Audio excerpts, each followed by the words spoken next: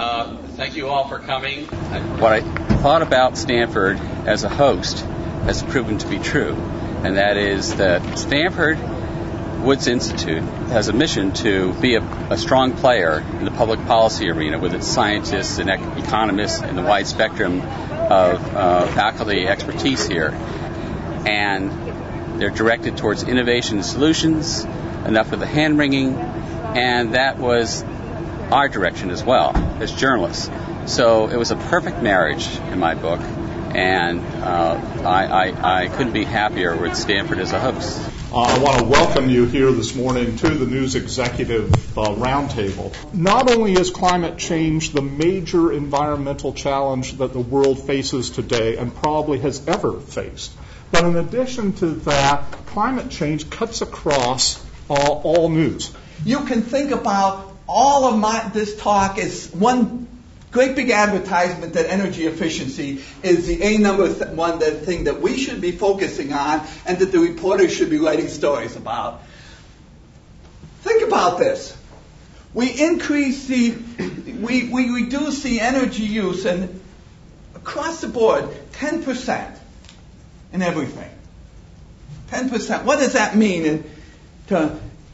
Your average car gets 20 miles a gallon.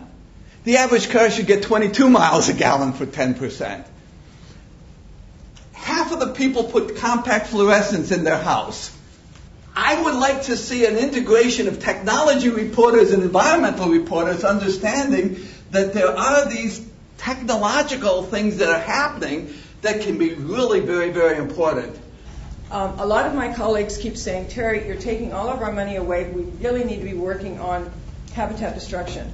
Habitat destruction is a very important issue, but global warming is one that is escalating in rate. And it's the rate of change that is frightening me the most. And as it gets faster and faster and faster, species cannot adapt readily enough. So if we even had no habitat destruction at all, the rapid rate of change that we are now seeing with the temperatures, or we are going to see with temperatures in the future, are such that many species would go extinct, even if we didn't have habitat destruction. Is a decreasing trend in snow cover good or bad? Well, I gave a talk in Colorado in January, and a lot of people in the room who hadn't had their kids in school for a week because of the 3 feet of snow weren't so sure it was a bad thing, and immediately the skiers said, oh, it's the best thing, it's great.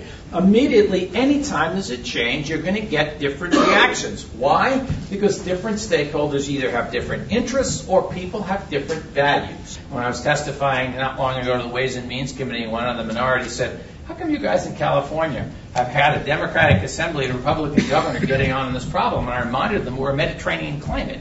It means it doesn't rain in the summer. If it's hotter, you have a water shortage problem. Water is our lifeblood. You melt the snow early, we got a water shortage problem. And if it's hotter, you got a fire problem. So there's no such thing as a Republican wildfire or a Democratic flood.